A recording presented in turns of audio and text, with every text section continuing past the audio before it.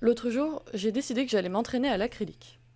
Alors, j'ai fait quelques essais, et je me suis dit que j'allais passer à la vitesse supérieure. Et pour ça, il me fallait un sujet.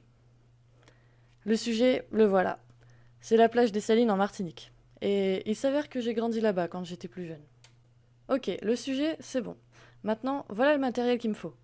Une assiette pour la peinture, un support pour dessiner, des pinceaux évidemment, un super et magnifique gobelet La magie de Noël à Colmar. C'est très important que ce soit celui-ci, retenez-le bien, il est très important, c'est le plus important de tous. Et bien sûr, de la peinture.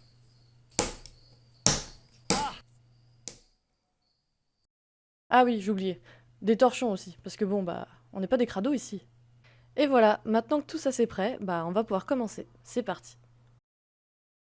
Alors, bah, comme vous pouvez le voir, déjà, je commence à étaler une première couche de bleu pour le ciel. Je rajoute encore une autre couche de bleu un peu plus clair. Et en fait, on m'a conseillé que c'était plutôt recommandé d'accumuler les couches en acrylique. Donc, j'ai essayé de suivre ce conseil. Parce que, comme vous pouvez le voir, c'est pas toujours très fluide. Et c'est pas toujours très agréable à appliquer quand c'est comme ça. Donc là, vraiment, mon but, c'est de faire un rendu bien lisse, bien net, pour qu'il n'y ait pas trop de traces. Et évidemment, comme j'aime me compliquer la vie, bah, j'ai choisi un carnet. Donc c'est encore plus galère avec les plis, tout ça. C'est un peu compliqué. Donc ne faites pas comme moi, prenez une feuille normale, avec un grain épais si possible, comme ça vous n'avez pas trop de problèmes. Donc là, j'ai choisi un bleu un peu plus clair. En fait, j'ai rajouté un tout petit peu de jaune dedans pour donner un aspect un peu plus turquoise. Et du coup, ça rend pas trop mal. Donc là, je fais la même chose, j'étale les couches les unes après les autres. Si j'ai choisi de faire cette plage en particulier, c'est parce que la dernière fois, je suis allée chez ma sœur. Et il s'avère que ma mère lui a fait un tableau en acrylique, d'ailleurs, il me semble. Un tableau de cette même plage, en fait. Et du coup, bah, en le voyant, je me suis dit, mais pourquoi pas? Pourquoi je ne le ferais pas non plus, en fait? C'est une bonne idée. Et du coup, bah, maman, si tu passes par là, je t'ai copié. J'ai copié ton idée. Mais ça m'a bien inspiré. Et puis, bah, comme je vous l'ai dit dans l'intro, c'est une plage qui fait partie de mon enfance et elle est vraiment magnifique, très paradisiaque. Donc c'est très agréable à peindre, surtout pour s'entraîner. C'est vraiment cool. Enfin, il fait beau, il fait chaud en ce moment, donc je crois que j'ai besoin d'évasion. Alors on s'évade à travers la peinture comme on peut, hein. Là, comme vous voyez, du coup, je suis en train d'étaler une couche de jaune blanc cassé, on va dire, pour le sable. Parce que bon, bah, les plages là-bas, c'est vraiment des plages de sable fin, des plages magnifiques. Donc c'est un petit peu une première pour moi de peindre sérieusement à l'acrylique.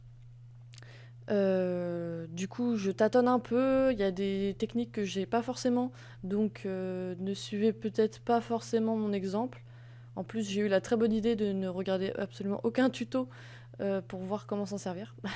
Ah là, comme vous le voyez, j'utilise la peinture qui reste sur mon pinceau pour pas faire trop de gâchis, et puis bah voilà, c'est plus pratique. Donc avec un pinceau plus fin, je viens recouvrir les petits détails, etc.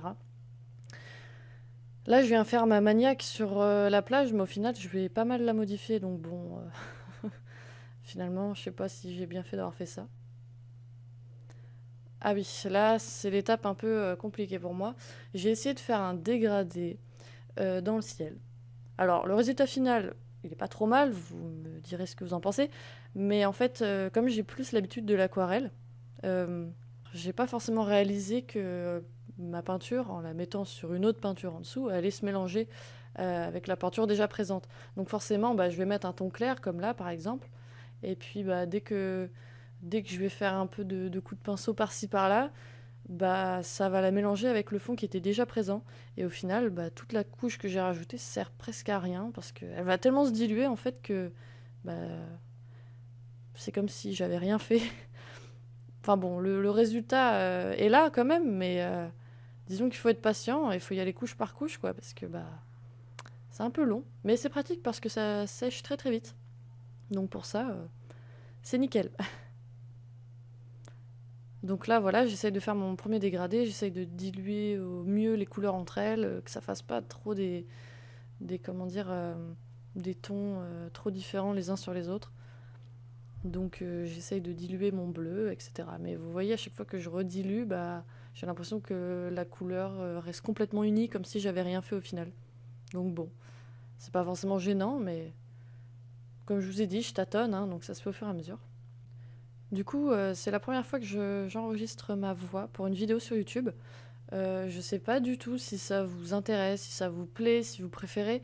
Je sais que certaines personnes préfèrent peut-être juste regarder la vidéo comme ça, sans être dérangées par quelqu'un qui parle derrière.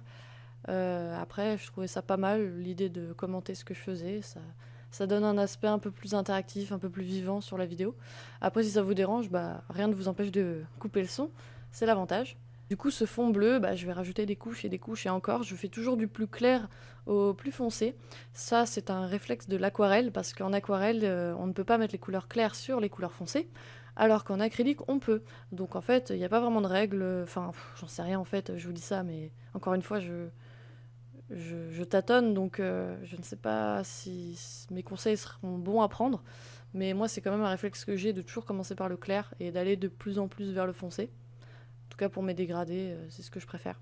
Là, on passe à l'étape suivante, c'est-à-dire les petites collines en fond au niveau du décor. Et c'est comme ça qu'on reconnaît bien la plage que je peins en question, puisque comme vous pouvez le voir, il y a un petit rocher au milieu de l'eau. Et ce rocher-là, c'est tout simplement le rocher du diamant.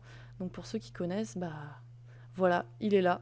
Ceux qui connaissent pas, je vous mettrai peut-être une petite photo pour vous montrer à quoi il ressemble.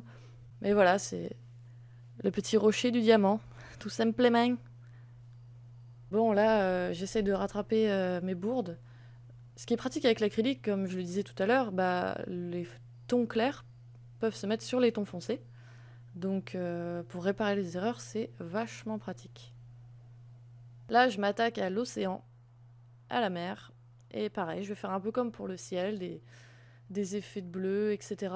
Il faut savoir que pendant que je peins, j'ai toujours avec moi mes petites photos de référence, histoire de pas trop me perdre dans les couleurs et d'avoir des cohérences au niveau des valeurs. Enfin, en gros, dans les tons clairs, sombres, etc. pour pas que ça fasse trop de faux raccords.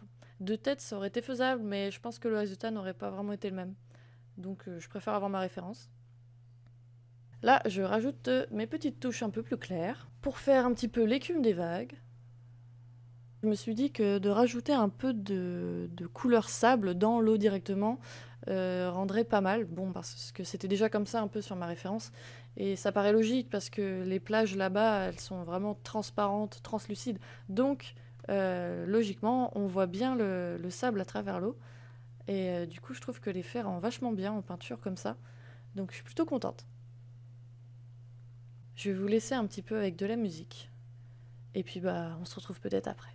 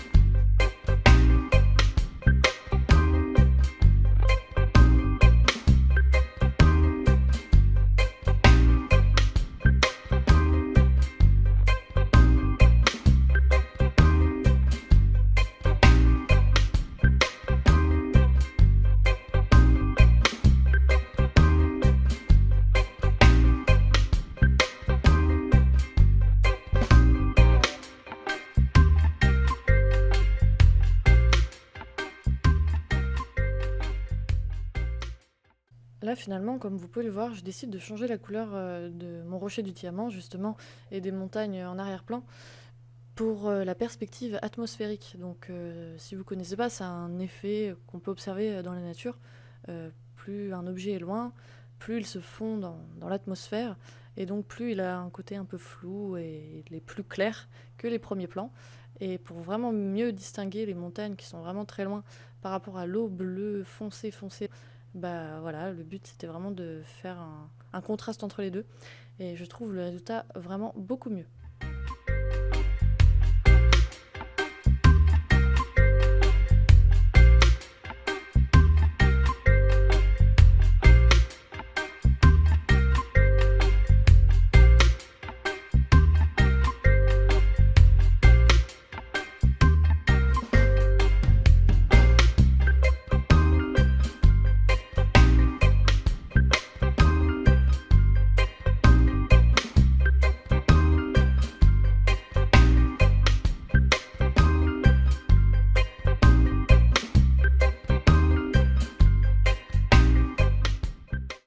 Alors là, on se retrouve pour la partie qui m'a posé le plus de problèmes.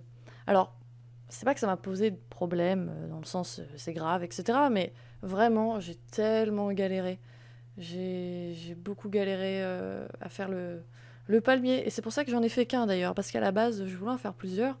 Mais vu le temps que ça m'a pris pour en faire juste un seul, j'ai vite changé d'avis en fait. Donc bon, bah pour l'instant, là, c'est juste le tronc, donc jusque-là, tout va bien à peu près. C'est vraiment au niveau des palmes du palmier où j'ai galéré. En fait, à cause de mes pinceaux ou ma peinture, je sais pas vraiment, mais j'ai pas réussi à faire des détails très visibles bah, au niveau des feuilles. J'ai passé énormément de temps, peut-être même trop de temps sur cette partie, mais je voulais que le résultat me convienne. Et en fait, pour tout vous dire, si vous voulez vraiment savoir, j'ai mis un peu plus de 40 minutes juste pour le palmier. Sachant que la peinture en tout m'a pris à peu près un peu plus de 2 heures, on va dire, en comptant les mélanges de peinture, les allers-retours pour nettoyer les pots, etc. Ouais, ça m'a pris un peu plus de 2 heures. Mais juste sur le palmier, j'ai mis ouais, facilement 40 minutes. Donc, pas trop la foi d'en faire un deuxième, hein. On voit pas forcément très bien vu que c'est en accéléré, mais vraiment, j'ai galéré à faire des palmes très fines, très joliment dessinées. Soit je mettais trop d'eau et on voyait pas les détails, ou carrément ça peignait même pas, soit j'en mettais pas assez et ça faisait juste des gros pâtés. En fait, c'est super dur d'être minutieux. Je sais pas du tout si c'est mon matériel qui pose ce problème ou pas, ou si c'est le papier, ou si c'est le format, parce que c'est vrai que c'est un tout petit format que j'ai choisi, donc bon, les détails sont logiquement plus durs à faire. Mais ouais, je sais pas, si jamais vous avez des conseils pour ça, n'hésitez pas à me le dire. Et puis si vous en avez pas, bah c'est pas grave, je m'entraîne, donc on verra. On va avancer un petit peu parce que la vidéo est déjà quand même assez longue comme ça, donc je vous retrouve tout de suite. Donc voilà, je vous retrouve ici. Je vous ai épargné quelques minutes, on va dire, de longues... Bref, j'ai galéré. Donc voilà, là je continue un petit peu avec le palmier. Je rajoute des petits détails, je rajoute du jaune parce que les tiges sont jaunes, du moins elles étaient jaunes sur mon modèle. Et ouais, pour ce détail-là aussi, j'ai énormément galéré. Donc j'ai dû faire avec les moyens du bord. Des fois j'ai dû utiliser mes ongles, mes doigts directement. Enfin bon, la galère quoi. Alors maintenant, on passe à l'ombre du palmier. L'ombre du palmier, il faut savoir que sur un de mes deux modèles, elle était extrêmement foncée. Et d'ailleurs, j'ai suivi ce modèle-là. Mais sur l'autre modèle, elle était beaucoup plus claire, plus douce. Et du coup, j'ai suivi le premier modèle avec une ombre foncée. Mais avec du recul, j'ai l'impression qu'on ne comprend pas forcément bien ce que c'est. Ça fait peut-être un peu tache même. Donc pour le rendu final, je l'ai modifié et je l'ai rendu un peu plus bleuté. Ça fait un peu bizarre aussi, mais bon. Écoutez, faut savoir s'arrêter.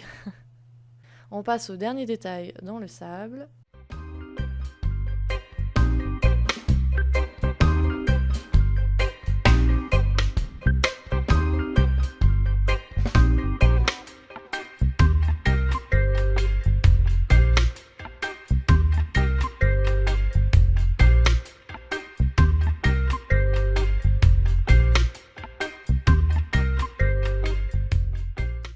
Là, j'ai décidé de rajouter du jaune sur mon palmier.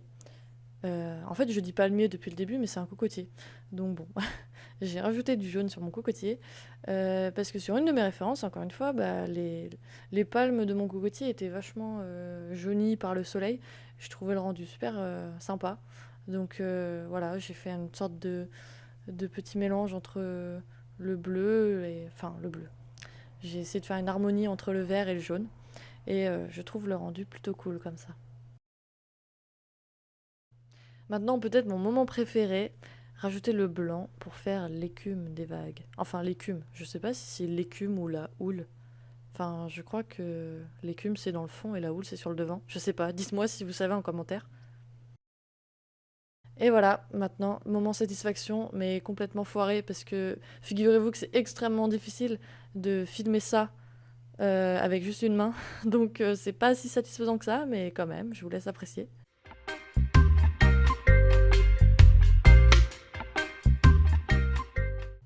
Et voilà le résultat final. Donc comme vous le voyez, j'ai bleuté l'ombre finalement. Et du coup, n'hésitez pas à me dire si cette vidéo vous a plu. C'est une première pour moi. J'espère en tout cas que ça vous a inspiré, que ça vous donne envie de voyager ou du moins que ça vous détende de regarder cette vidéo. Et en tout cas, moi je ne sais pas quand est-ce qu'on se reverra, mais je vous dis à bientôt.